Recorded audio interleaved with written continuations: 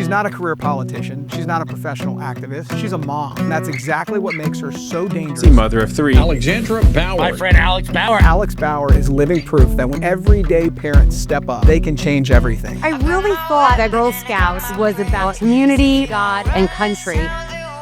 If I don't know who you are, if I don't know what you're about, you're not going around my children. We have to take back ownership of raising our kids. I mean, as a mom, we always say go with our gut. It is not our job to talk to any minor about anything sexual in nature. Just to be clear, my troop will not be doing this. They want to block the parents, but then they want to blame them when they get in trouble. Why is this happening? You're not going to mask my kids. They really wanted to join their friends, and so they wanted to go back to school. And I was like, okay, but you're not putting that mask on your face. It's ridiculous. It's good for your kids to see what you're doing. We just love to raise strong young ladies. You're a badass, kicking ass, you're taking names, and you're doing it for our kids. We the people. Why you quiet? It's time to stand up for the truth. How they coming for our kids, so who gon' stand up for the youth? Ay, and we know we win because Yeshua is the proof. Ay, we the people like Gates Garcia, so that's no excuse. Today's guest is proof that you don't need a title, a podium, or a paycheck from Washington to make a difference. You just need courage. Alex Bougher is a mom from New Jersey who never set out to be in the spotlight. But when the Girl Scouts came after her, when schools tried to sideline parents, and when lawmakers threatened to push into our living rooms with mandates and wellness checks, she didn't sit quietly. She stood up. She's not a career politician. She's not a professional activist. She's a mom. And that's exactly what makes her so dangerous to the left's agenda. Moms like Alex are the backbone of this country, the ones who pack the lunches, drive the carpools, and now stand on the front lines of the culture war to defend our kids, our faith, and our freedom.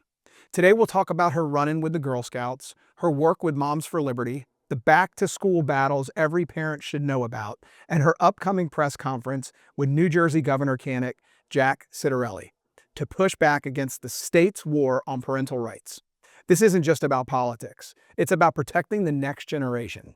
And Alex Bougher is living proof that when everyday parents step up, they can change everything.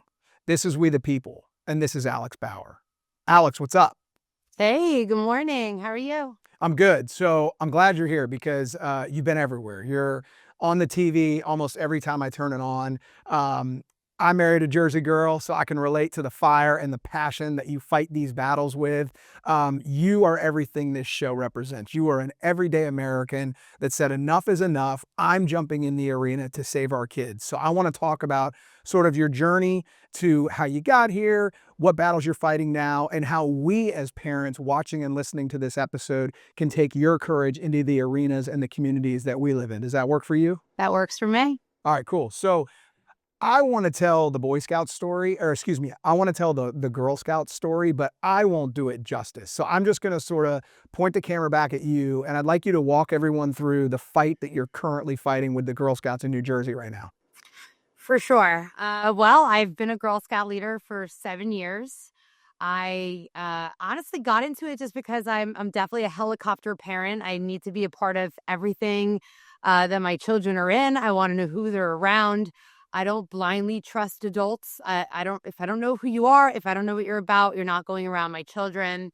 And also, we didn't want to be a tea party Girl Scout troop. We have a very rambunctious group of girls. They like to hike. They like to fish. If it's dangerous, they're into it and outside.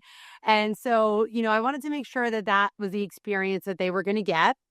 So I started, our troop in kindergarten, which is the Daisies. That's how you enter it. And, I really thought that Girl Scouts was about, community, right? Helping the community out in any way you can, God and country. And that's what it's supposed to be about. I mean, even my older daughter, who's 24 now, when she originally had started, that's what it was about. And you had to memorize it and kind of, I hate to say it, like, I don't want to use the word prove, but you kind of had to prove, throughout the way that you were doing these things and you would earn these badges and things like that.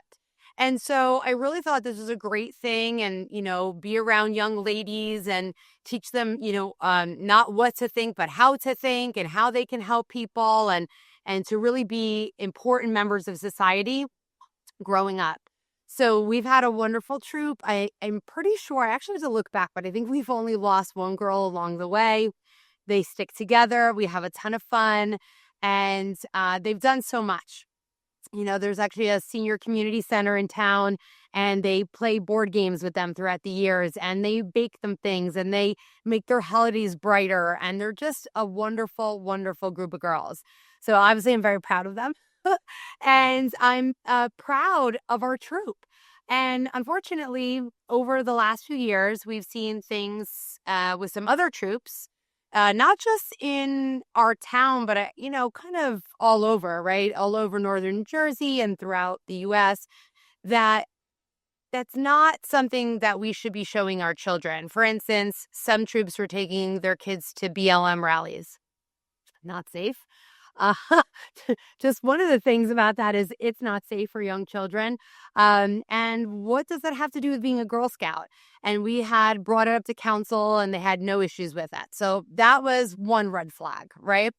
And then it was some other things, especially in the last few years, just the, over sexualization and grooming of children that they're trying to shove down these kids' throats. And again, why is that so important? We're seeing it everywhere. We're seeing it in schools. We're seeing it on TV. We're seeing it in the movies. And now the Girl Scouts, like, this is supposed to be their safe space, right? So that was really shocking. But again, I kind of thought, you know what, I'm just going to keep my troop to ourselves, and we're going to do our own thing. And we have a great group, so we're just going to do our own thing.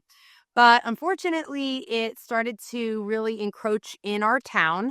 And if people don't know how Girl Scouts works, you have National Girl Scouts, and then you'll have, for instance, Northern New Jersey Girl Scouts, who answers to national, and then you'll have a service unit manager who takes care of the town, and then you have your own troops.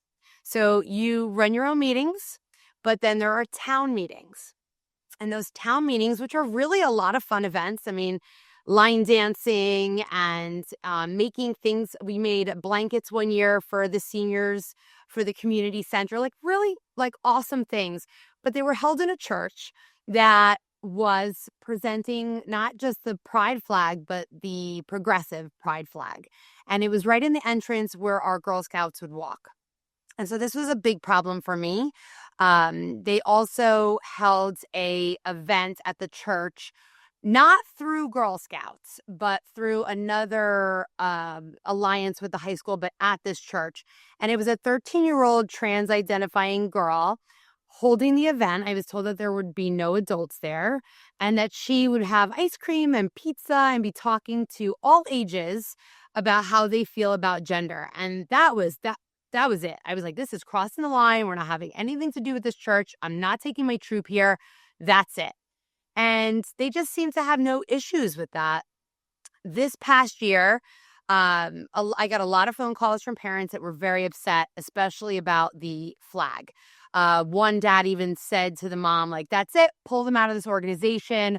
I'm not dropping my kid off here. This is not what, we don't believe in this. We're not doing this. This is inappropriate. So after a few phone calls, I ended up doing a social media post because they would not take the flag down. And just kind of a call to the community. Hey, how do we feel about this? Don't we teach our kids, they see something, we say something. So we all see that there's an inappropriate flag, but we're just going to allow it to happen. And I actually even called out the mayor and said, and I tagged his name in it and everything, and said, hey, what are we going to do about this? I know it's a private church, but it's in our town, and it's our children that this is happening to. And, nothing was done other than sling some hate my way. Of course, they always like to go back to Moms for Liberty, and they never actually addressed the issue with the flag and the children. They just skip right over that and like to just sling mud your way instead. And this is typical of the left and what they do. And we have some of the, a good amount of them in our town, and this is what they do. So then, I spoke to the parents. I said, listen, we don't go to that church. Just don't bring your children there. This is the best that we can do at this point. We have to protect them while we figure out how we can deal with this issue.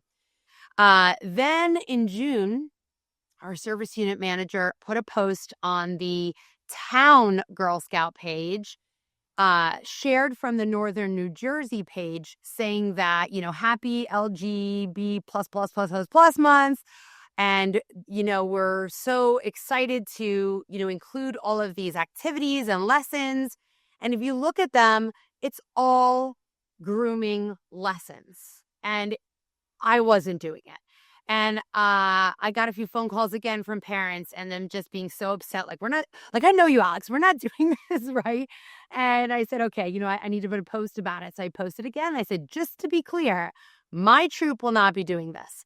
It is not our job, nor is it appropriate to talk to any minor about anything sexual in nature. You want to call it, being diverse and inclusive, call it whatever you want. It's grooming and it's not happening in our troop. And I'm pretty sure that's what set off this whole thing. I got an email last week asking to do a phone call with the Northern New Jersey Girl Scouts. I've never gotten that in 7 years. And I kind of said, okay, here we go. They're upset, that I won't do these things. I called them and I was told that there would be no discussion about this whatsoever, that they had met a few times. This was their final decision, that I would no longer allowed to lead my Girl Scout troop. Not only that, I can never be a member. And my daughter, who is 11, is also not allowed to be a member. And all of our future trips are now canceled. They're like, don't worry, we'll refund you. I'm like, that's not what I'm worried about with this, but thanks. And here we are today. So we're not going to stand for it. Actually, Girl Scouts promotes freedom of speech, right? And that is my freedom of speech. I took it. I said, I'm not going to do that. And something that they say they fight for, they're not allowing me to do. So we'll see what we're going to do about that. That's all I can say, right now on that matter. But it has to stop and other parents have to stand up. I cannot even tell you, I don't even know the number of private messages, phone calls, through every, Facebook, Instagram, any way that they could find me if they didn't know me personally, saying, okay, I'm not going to put my daughter in Girl Scouts, or I just pulled her out, or what can I do to help? Everybody is sick and tired of this, but we need everybody to be vocal and stand up, because just telling me, that's not going to do it. I need everybody, to stand up and say something. Hey guys, it's Gates. Thanks for tuning in. I'm asking you to like, share, and subscribe to the show. I hear that all the time when I watch and listen to podcasts. And now that I have a show, I know the difference that it makes. It really does boost us in the algorithm. And the better we do in the algorithm, the better guests we're going to get, the better content we're going to be able to produce. This show is not mine, it's yours. So in a way, you're helping yourself. So please like, share, and subscribe, and God bless. Well, for the Boy Scouts and Girl Scouts, a group that hands out, merit badges, you getting removed from an organization that represents all the things you just discussed, I would personally wear that as a badge of honor, pun intended, and I can tell you're doing that. And what's so frustrating for me is, society used to be and should be a place where men, women, boys, girls can have sacred spaces. There are spaces where girls should be able to be with girls and be girls. And those are getting stripped away one by one. It's bathrooms, it's athletics, it's whatever.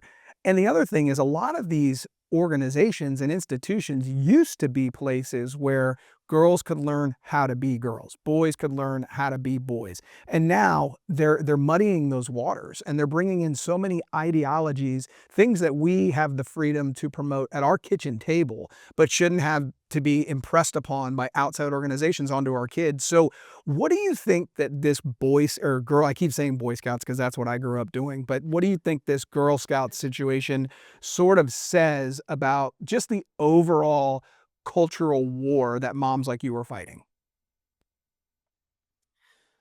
Well, I think that, we finally have our president back, right?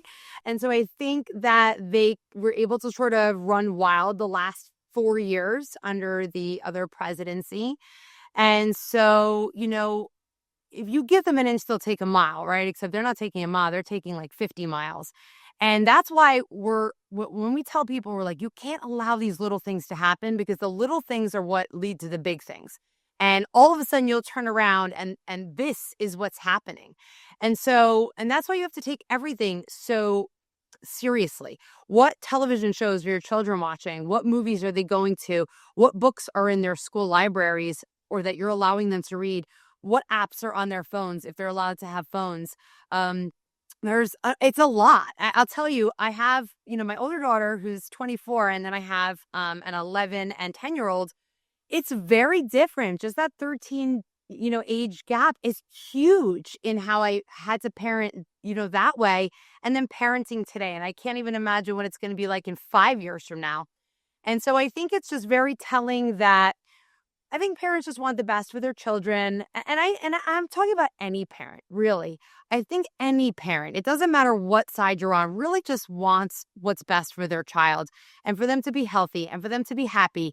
And sometimes they get swindled into certain things because it has, gotten into the schools and the counselors are maybe whispering in their ear like, oh, your parents aren't happy with this lifestyle. Maybe I am, or maybe this group will be. And, puberty is extremely hard and it's confusing. And if you don't have somebody guiding you in the right way and instead guiding you in this like, la la land, I mean, I don't even know who came up with this stuff. It's really wild.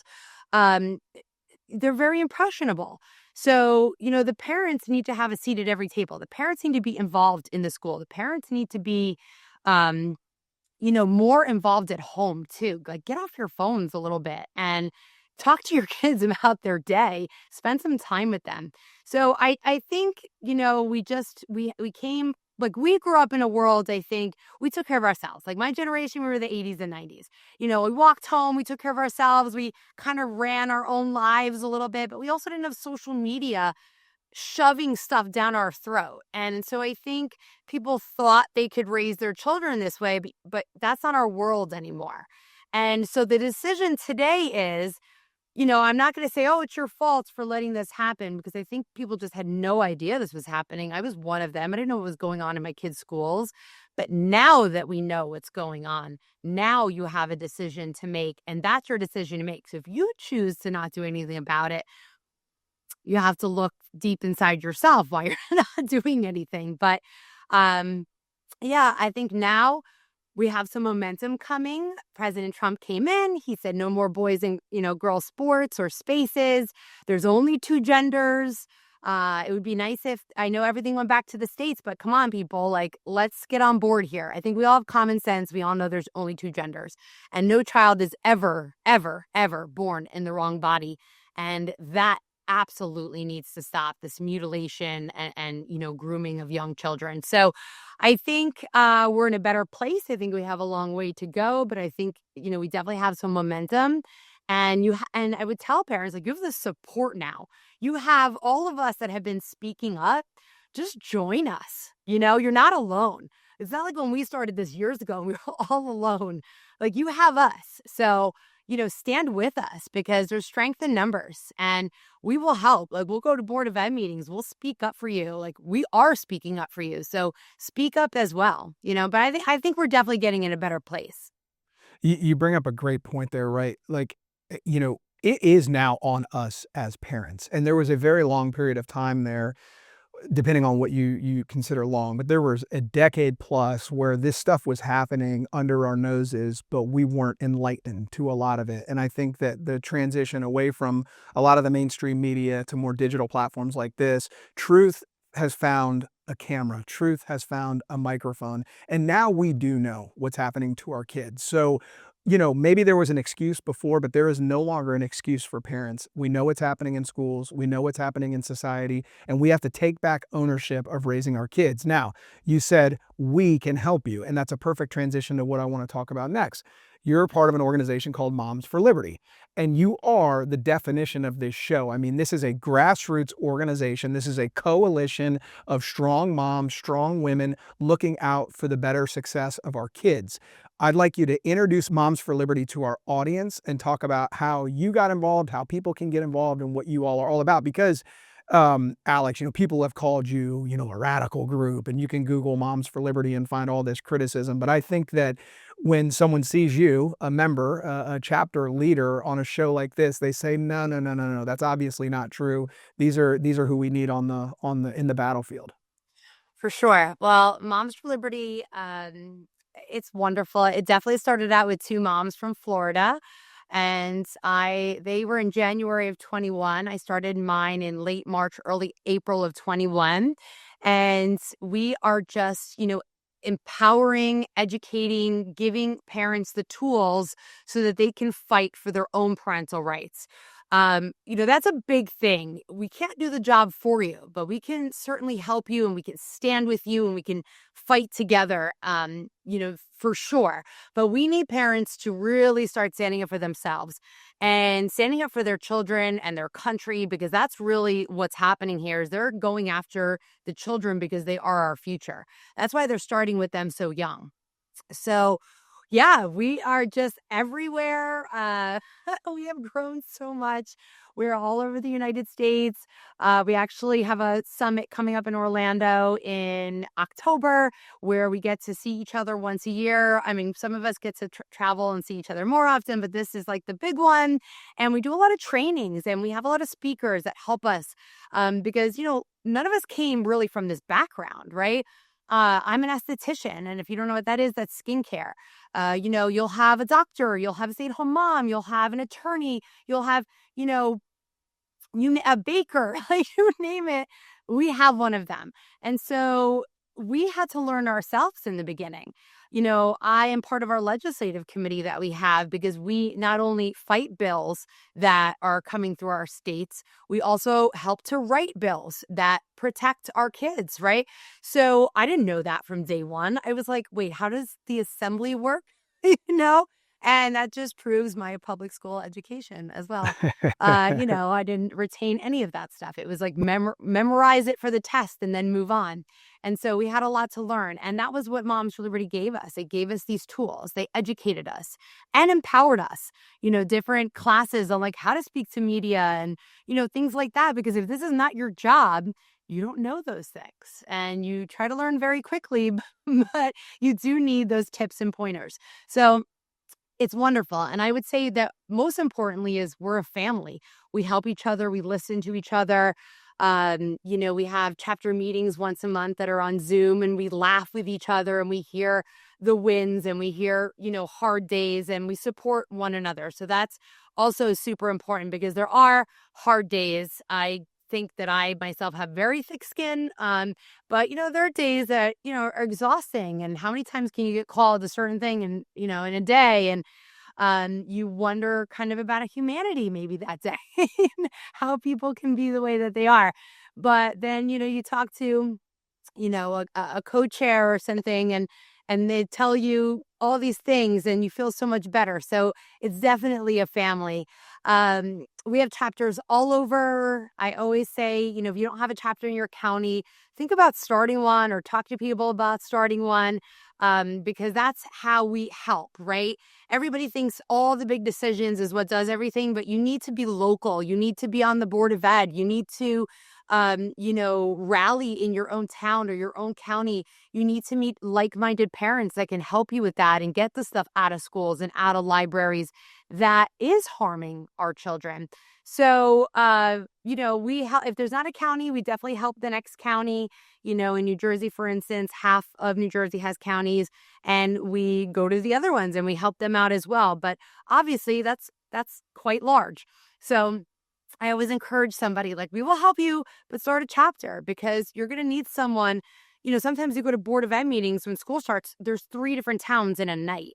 So, and that's just in one county. So you can imagine what it's like if you're covering another one.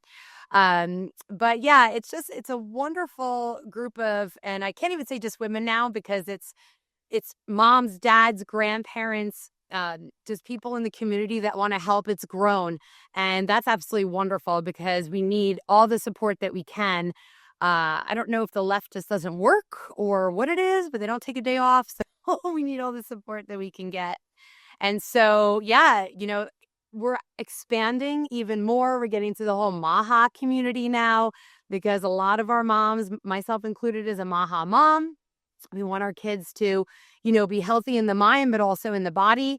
And so, that goes hands in hand. So we're definitely doing that. We have some wonderful health conferences coming up. Atlantic City, New Jersey, we have a big one coming up. We're doing a Maha section in our summit. So we're really sort of, branching out in everything because our kids need us to do that for them. You say local, right? Every change maker I've ever met that is making significant change says local, local, local. Go as local as possible and you will make a bigger impact. However, I think the most intimidating thing for a parent or a mom that wants to make a change is they often feel like they have to go it alone. They have to go learn or even write the playbook sometimes. And what I've seen Moms for Liberty does is they are your resources. They will pretty much have a way to find an answer for everything you're looking to fight because they've already fought that fight somewhere else. And then you go and sort of execute on that playbook. My wife, speaking of change makers at the local level, is on the Florida State Board of Education. And we see Moms for Liberty at Very those good. meetings. Like they are making significant difference in those meetings, bringing resources, asking questions, pointing things out that people aren't thinking about. So I applaud your work. Thank One you. thing you all are very well versed in is this sort of newer recent discussion around school opt-outs. We're filming and airing this episode right as school's going back in for most families around the country. And there are ways that parents can opt out of curriculum. There's ways that parents can opt out of specific vaccines. I know you know a lot about this, so can you sort of enlighten us on that fight and what parents can do, whether it's New Jersey or just sort of nationwide, to research these opt-outs and know what they need to know? Everybody that joined Moms for Liberty had their why, right? So my why was, you're not going to mask my kids. And so it was super important for me I was homeschooling them at the time, but they really wanted to join their friends for a few hours. And so they wanted to go back to school. And so they said, we really want to go back. It was only till 11. I was like, okay, but you're not putting that mask on your face. That's not happening. It's ridiculous. So at the time, Murphy had an executive order, but I, went through it and I found 2 loopholes for my children. My son was born with speech and hearing issues, and my daughter had an IEP, which excluded both of them from wearing the mask. I wrote the whole thing, sent it in. My principal's wonderful. He's like, yes, but the super said no. So that made me wonder, like, what are my parental rights? How come I don't know this? How come I don't know my rights in this? Is there a big opt-out form I can just use, or do I have to write it like I am? So that kind of like really made me upset that I didn't know those things, and back then, a few years ago, it was not as easy as it is now. We have taken all that work out of everyone's hands, done it for you, made beautiful opt-out forms that you can just use. Now, of course, you do have to look at your state to state. There's definitely some differences state to state, but contact any county Moms for Liberty and they'll be able to have that for you. We do have, so in New Jersey, we have our own, specific ones. And then on our Moms for Liberty website, we have the really big ones.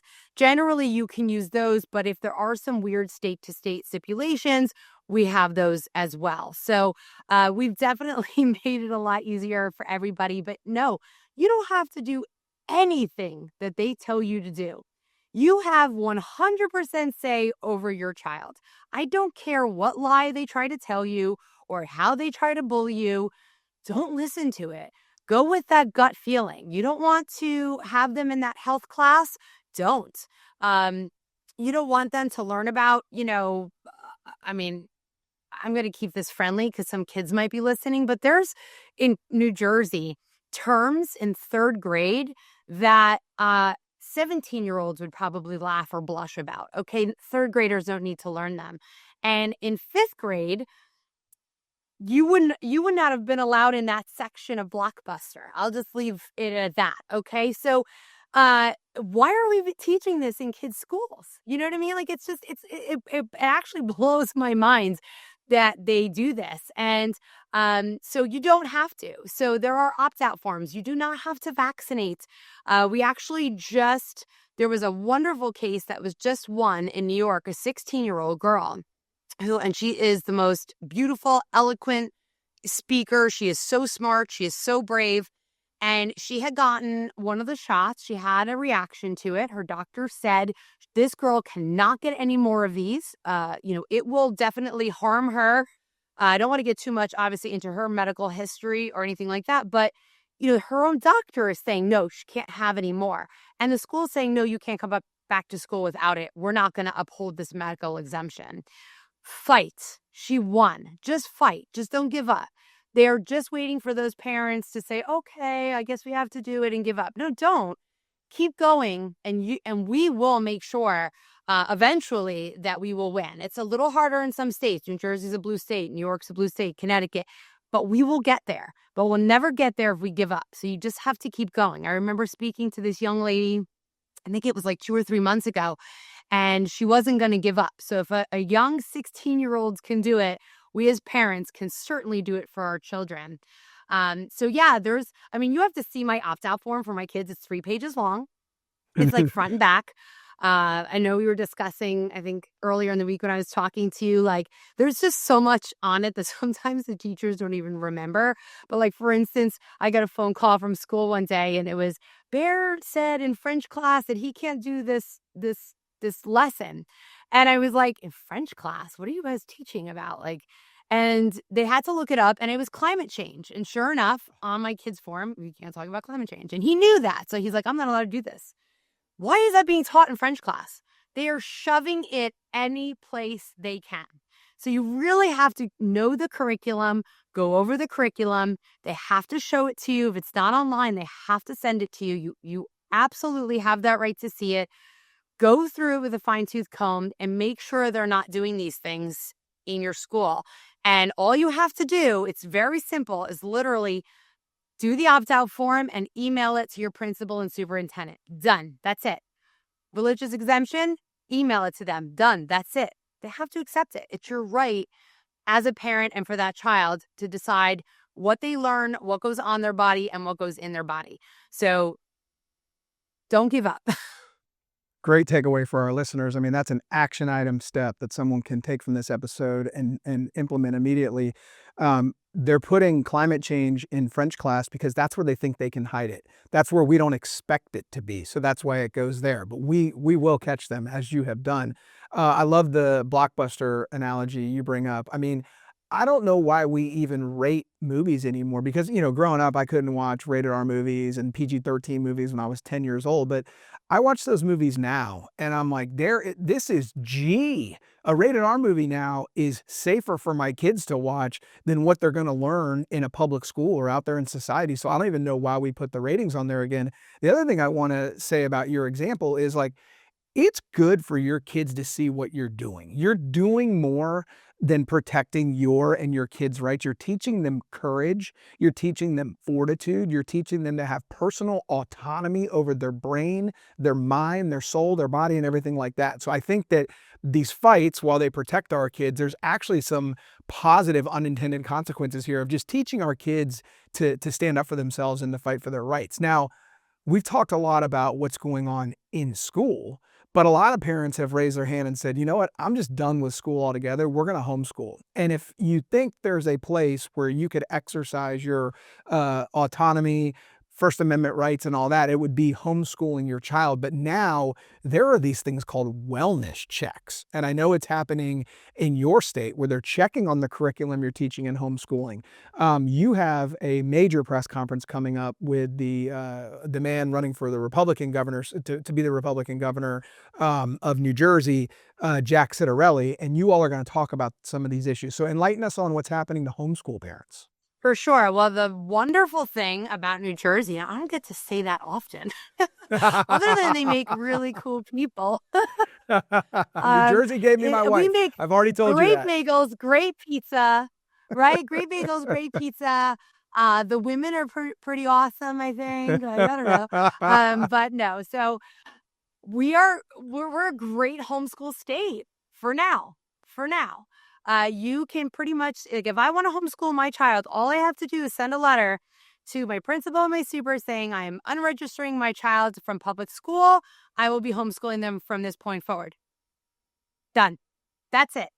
You pick what curriculum you want. Nobody checks on, there's no wellness checks, things like that. I mean, most of us, like I said, I have homeschooled before. I will be going back to that as well. in our community usually do have different types of doctors. We've learned what the pediatricians are all about. Most of them, I shouldn't say all of them. There are some wonderful ones that are fighting for, our rights to be able to not vaccinate or not do certain things, right? But most of them. And so a lot of us go to holistic doctors or do, different types of things. We don't even do wellness checks. If my kid is well, why are they going to the doctor? They're fine. Like, clearly you see this. Even the first day of school or the first week of school, they're doing height, weight, and like lice checks, right? Do they look good to you? Awesome. Why do I have to take them to a doctor? So in that sense, it made no sense. But again, we just grew up doing that. We didn't question it. It was what you did, how you did things. Now we know to question those things. But yes, so they are attacking homeschoolers. There are 4 bills coming down the line, 2 of them which are really, really bad. One of them would be that homeschooling from now on would have to go to the school district for a wellness check. Now that's interesting. They don't even say who will be doing this wellness check on your child, just the school district. So that's scary, number one. And the other one is that we would have to adopt the New Jersey state curriculum for schools. Well, a lot of us removed our kids at one time or have, currently because we don't agree with that curriculum. Why would we want to do the teacher's job at home? Like, the whole reason is we pulled them out of school for this reason. We don't agree with this curriculum. We don't agree with what you're teaching them. And, granted, there are some other reasons as well. There could be special needs reasons. There's all kinds of reasons that people homeschool. They play, my daughter has a friend that plays tennis professionally. There's all different reasons. But a lot of the reasons is because we don't agree with what's in the curriculum. So this is, again, government overreach. This is, again, them just saying, parents, you don't have the right. We're going to be teaching your kids this, and you have absolutely no say in that, and we are not letting it happen. We are throwing a press conference Thursday the 28th, 9 a.m., and we're going to be having some wonderful people speak. Of course, I will talk about Moms for Liberty and how we're fighting for parental rights. We have a wonderful homeschool mother and attorney who will be speaking. She is just a powerhouse. She's been with us, all the way back with like religious exemptions fights in New Jersey. She's just absolutely wonderful. We have some assemblymen and assemblywomen coming with us, a senator, and then, of course, the gubernatorial candidate, Jack Ciattarelli. So he will be taking a stand for parental rights. He will be saying that, he'll be taking a stand for homeschool rights and that he'll be fighting for us. So I think this is going to be very important for people to watch, very important for people to see. And I think it's going to make the parents of New Jersey say, okay, we have these people behind us and we can, we can say, we're not going to be putting up with this. We want our parental rights. We're going to keep them. You're not taking them for us. You're not taking the homeschool rights. That is certainly not happening. We're going to make sure that we do or speak to or whatever we need to do to make sure that those bills don't go forward. And I'm really happy that Jack will be fighting for us because I know when he wins, I should say when, that he will not allow those bills to go through. So it's very important that everybody think about what's best for the children of this state, what is best, for the families of this state. And even if you're not a homeschool parent, you should want that right. Because again, it's those little things that they start to take away before the big ones. So this affects every family and every parent and every child in New Jersey. So it's super important that we get behind the governor who's going to protect our families, not take more rights away.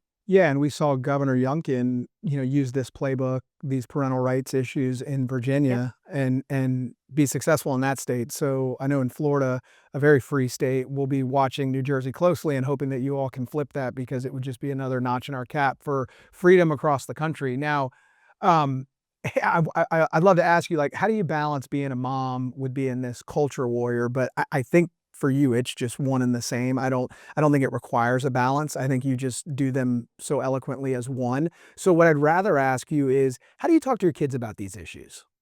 My kids, so, my son just turned 10 the other day, and I realized that for half of his life, I've been doing this now. And that was really shocking for me. I was like, oh my gosh, he was 5 when I started this.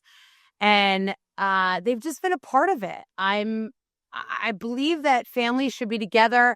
I think it's so sad that it's so expensive to live in New Jersey, that both parents have to work, and not even just both have to work, but that multiple jobs to be able to afford to live here. And, that's done on purpose. That is to break up the family. That is to cause that division, and so that they can get to the kids. So I think it's really important to make the time where you can. I'm very lucky that my husband really supports me in this, and that he works extra so that I can work less, so that at 3 I'm home with the kids. Or if I need to be flexible and be off to do this, I can do that. I do realize that not everyone has that flexibility, but we don't need everyone to do the same job. We need everyone to just help out in some way. And everyone has different strengths. So I'm always like, listen, I am horrible at emails and I don't have the time to do it. So if someone could do that for me, that would be great. So everybody can do that. And I think having that time with your kids and talking to them about what's happening is so important. So because I'm so busy and traveling everywhere and always at a meeting, I take my kids with me and I explain to them what's going on. And if there's I always, if I'm speaking at it, I know to have them taken out of the room if it's an inappropriate, part. If it's an event we're going to, I'll take them out of the room if they need to talk for a few minutes. If it's something that's, obviously going on in schools that they can't hear because of their age. But I take them and we explain to them what's happening in this world and why things are the way that they are and why we have mommy and daddy and everybody else has to fight so much. And they've seen so many things. They've seen us, work so hard to get Trump back into the presidency. They've seen us, work so hard to be at the first roundtable at the White House with Secretary Kennedy and make everything healthier. And so they see all these things. And we explain everything to them, obviously in an age-appropriate way, but we explain it so they understand. So, like, for instance, even when the Girl Scout thing happened, my daughter was upset, but then, I explained why, and she understood. She goes, okay, Mom, do what you need to do. Like, I don't want to be a part of this then if they're going to be that way. She understands. So it is so important. Obviously, again, I always stress that, age-appropriate conversations. You have to do it in a way that they're going to understand at whatever age they are. But that is important, and then they'll understand. And the coolest thing was when, some of the events the kids couldn't come to. So, we would say, oh, we saw President Trump, and they would be so excited and see pictures. The coolest thing was when I got to take my middle daughter to the executive signing of, boys out of girl sports in locker rooms, because my middle daughter, she's just a cool girl. Like she just takes everything as it is. And, it's almost like nothing phases her. She's like, okay. And she like does it and moves on. But when he walked through the room to sign that, her smile just like lit up the room. And she was so excited to be a part of history and be a part of, something that she was a part of, or that her mom was a part of. And so that was really super cool. So I encourage all parents, don't keep them in a bubble. That's not the idea. The world is a scary place and there's a lot of bad people in it. And if you do that, they're not going to be able to take care of themselves. So, it's not a bubble that you want to, keep them in, but, prepare them for the world by explaining things in an age appropriate way. Yeah, that day was a huge day for women, a huge day for America. We've had Riley Gaines on this show. We've had Jen Say on this show. They were there with you that day, and the not just America, the world's a better place for the example that you all set on that day. So, Alex, I'll get you out of here on this. What are you most hopeful about for the conservative movement, the parental rights movement, the Moms for Liberty? Like, what do you look out over the next sort of 2 to 3 years and say, this is going to be the biggest, most impactful change that we're making? I think just bringing back the family unit, bringing back morals and values, bringing back being proud to be an American and what a good community member and a family member means. It's not cool anymore to do all these things that, I would say that came out in the last 10 to 20 years. being with your spouse and raising a strong family and helping your country and being proud of your country, that's what's important. And that is what's coming back. And this is the movement that is going forward. And if you've been on the wrong side, I would get on the right side, because this is not the hill you want to die on this other side over here. We are going back to being proud Americans, the best country. And I just think that everybody needs to kind of do whatever role that is for them. It doesn't matter how small it is. Just start with baby steps. And I would say get involved, run for the board of ed, run for town council, anything that you can possibly do. Volunteer in your kid's school. See what really goes on there. I mean, I took over the book fair because I didn't want the inappropriate books being sold to the kids. So just like all these little things that you can do are wonderful. And, I would say really look at anything that your child is involved in and make sure that's something that you'd be proud to be a part of. And if you're not even a little bit, get out of there. It's not worth it. There's better options out there. I will help you find them. So I would say we're heading for an incredible next few years. I mean, look at what we have accomplished. Moms for Liberty, all different parental rights coalitions, our president. Look at what it's been just in a few months of being able to actually make change now. Imagine what we're going to be like in 3 years from now, 5 years from now, 10 years from now, if we keep this going. So I would just say, everybody needs to look into themselves. Stop making excuses. We're all busy. Find a little bit of time and just, see what you can do, help where you can help, and just be a proud American. So, Alex, if people want to help you or join the movement that is Moms for Liberty, where can we find you?